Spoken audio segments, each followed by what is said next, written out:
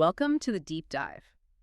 Okay, the source material we're working from today is a compile intelligence dossier. It's highly sensitive, tracking what some agencies are now calling the Global Undersea Cable War.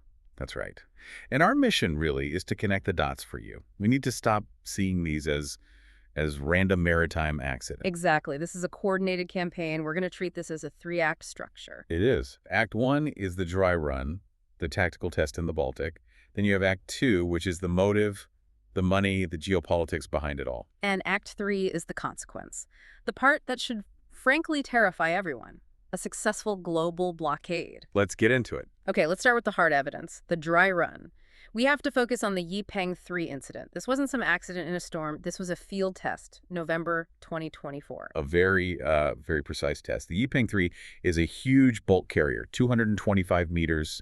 It was operating near Russian ports, which is notable. And registered in a Chinese military management zone, right? Near Ningbo. Correct. But the key thing, the real smoking gun from the dossier, is its route. On November 17th and 18th, it crosses the exact coordinates of two critical cables. The BCS East-West Interlink and the Sea Lion 1. Sea Lion 1, that's the main data pipe between Finland and Germany. It's not a minor cable. And here's the operational signature. The thing that tells us this was absolutely deliberate. The AIS transponder. The automatic identification system, yeah. It was switched off, not for a few minutes, for 7.5 hours, right as it passed over those cables. It's a staggering amount of time to go dark. And you couple that with the speed data, the vessel slows right down. It's a classic signature for a deliberate anchor drag. We're talking about scraping the seabed for, what was the estimate? Somewhere between 100 and 150 kilometers. I mean, that's not an accident.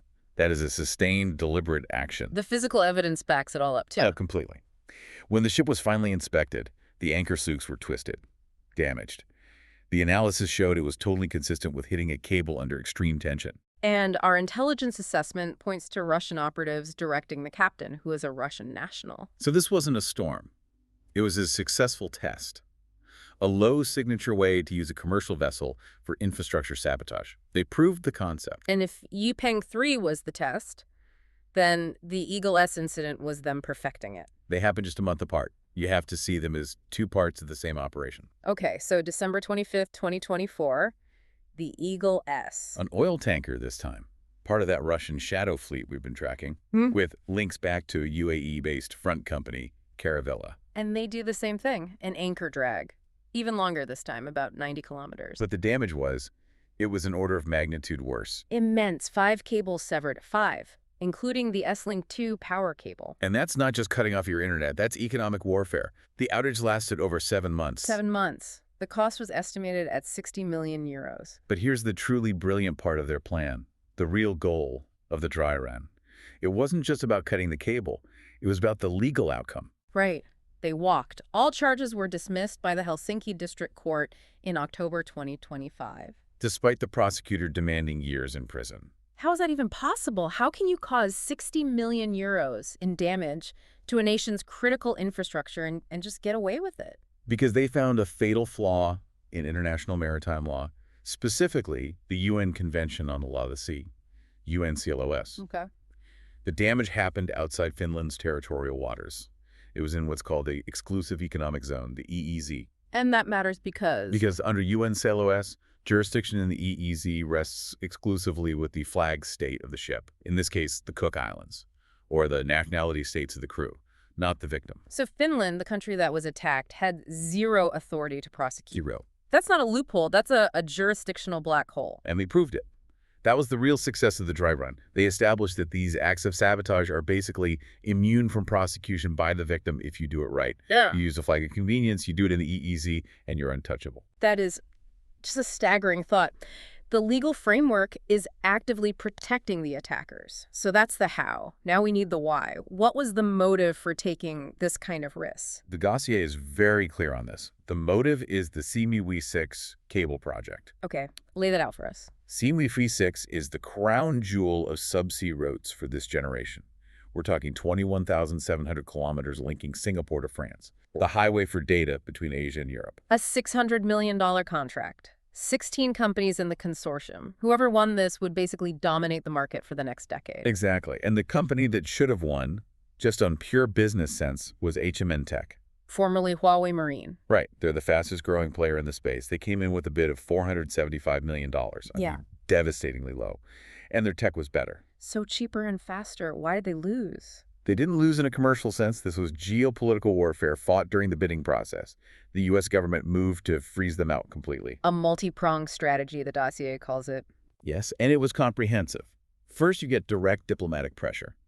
The State Department starts warning all the consortium members about HMN Tech's supposed links to the PLA. Okay, so they play the security card. Right. It immediately makes a commercial decision into a political one. But a $125 million price difference? That's hard to ignore just because of a warning. Which is why they moved to step 2, financial incentives.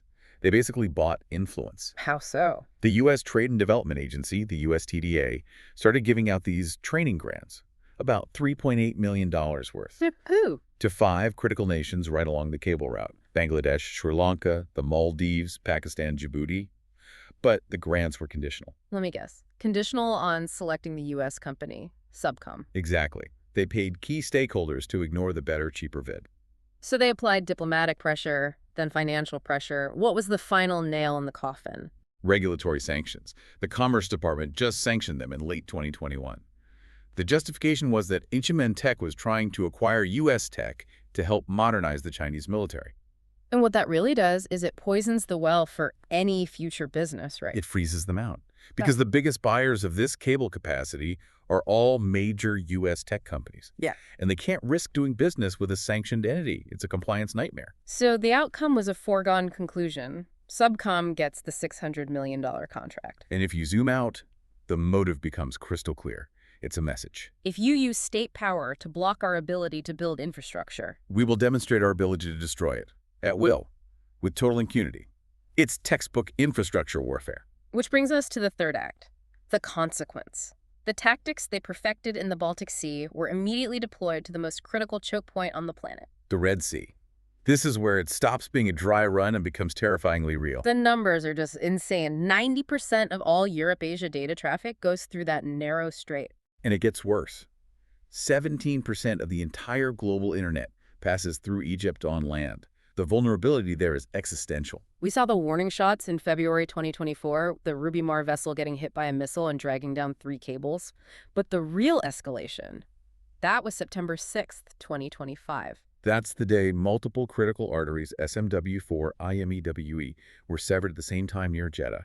It was a coordinated attack. And the global systems, the redundancy, it kicked in, so we didn't have a total blackout. No, but the regional impact was immediate and severe. You saw networks in the UAE, India, Pakistan, all reporting major degradation. Microsoft Azure's monitoring systems detected the latency spike instantly.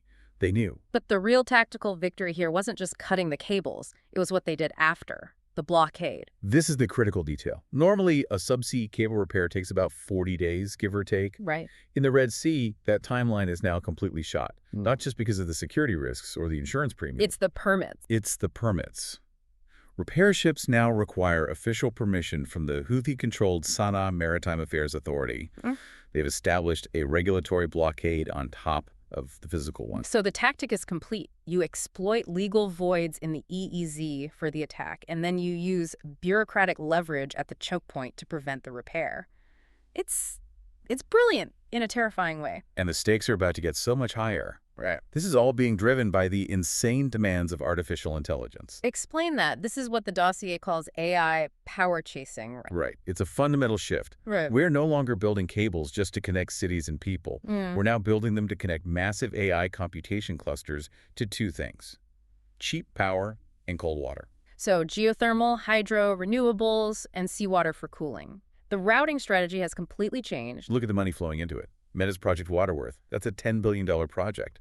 50,000 kilometers of new ultra-high-capacity cable designed specifically for AI. Or the projects going into Iceland. Exactly. Leveraging geothermal power to create low-latency links between AI data centers in the U.S. and Europe. Because the bandwidth you need to train these models is it's an order of magnitude higher than regular internet traffic. It's astronomical. Read. Which means severing one of these dedicated AI cables has a far greater economic and, frankly, military impact than cutting a standard telecom line. So the synthesis here is that controlling these physical routes and their energy sources. becomes as valuable as the AI algorithms themselves. So it becomes a core national security issue.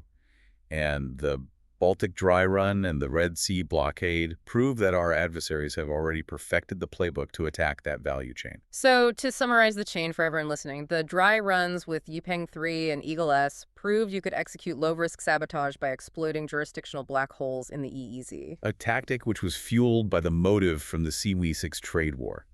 The commercial fight provided the geopolitical reason to act. And the catastrophic result is what we see now on the Red Sea. A proven successful physical and regulatory blockade at a global choke point. The infrastructure war isn't coming. The Dossier confirms it's already here. The tactics were established before the defenders even knew what to look for. Which leaves us with a final, and I think deeply unsettling, thought for you.